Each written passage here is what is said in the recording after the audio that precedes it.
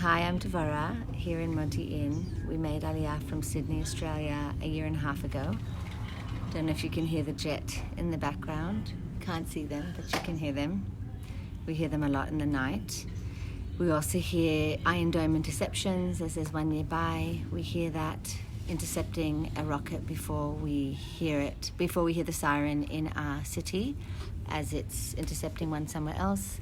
When rockets are shot into Tel Aviv, Ramat Gan, Rishon, those areas, we can see it in the sky, we can see the interception, we can see the puffs of smoke during the day and the lights at night.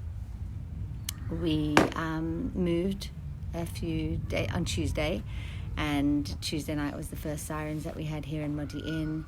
We all got into the mamad, the protected room, which is my son's bedroom, which is a blessing that we have it in our home. Others in older neighborhoods need to run to communal ones.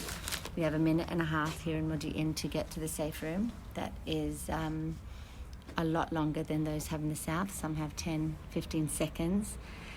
We all went in there. My cousin's staying with us because his yeshiva in the south has been closed. I slept in the top bunk with my son. My husband slept in the bottom bunk with my other son, and then we had mattresses on the floor for the others.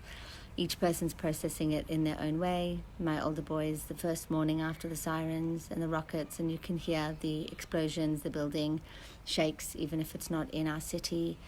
They made a reenactment with Lego, and they played for about an hour.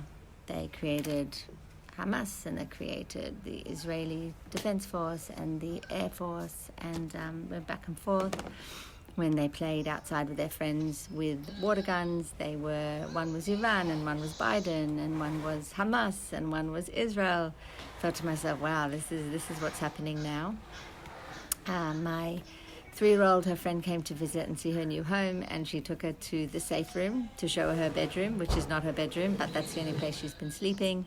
My 6-year-old is constantly making the sound of the siren, which is quite triggering for those around him, but that's his way of processing. It's been a few days since we've had a siren here, and I think that the fear is being replaced with anxiety. For a lot of people, their stomachs are upset, they can't think properly, they're not taking deep breaths. People are very, very overwhelmed.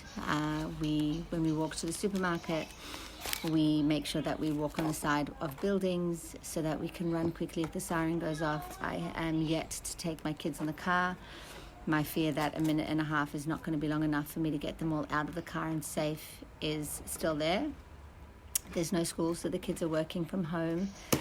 My husband's working from home.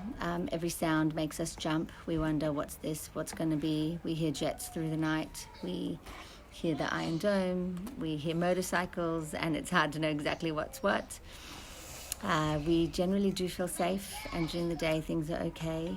And our hearts are really going out for those in the south. Instead of me scrolling through Facebook or Instagram, I'm scrolling through the home front to see, has there been a break of an hour or 2 hours for people to sleep without the sirens going off.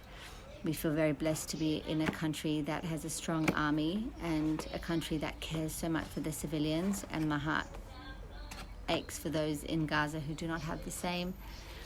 The international media bias is revolting, truly, and I think everyone's taking a step back, and it's very, very difficult to see that. I'm glad I am where I am. I feel safe where I am. I wouldn't want to be anywhere else.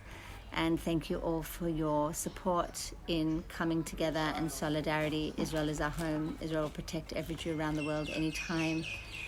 And yeah, thanks for watching.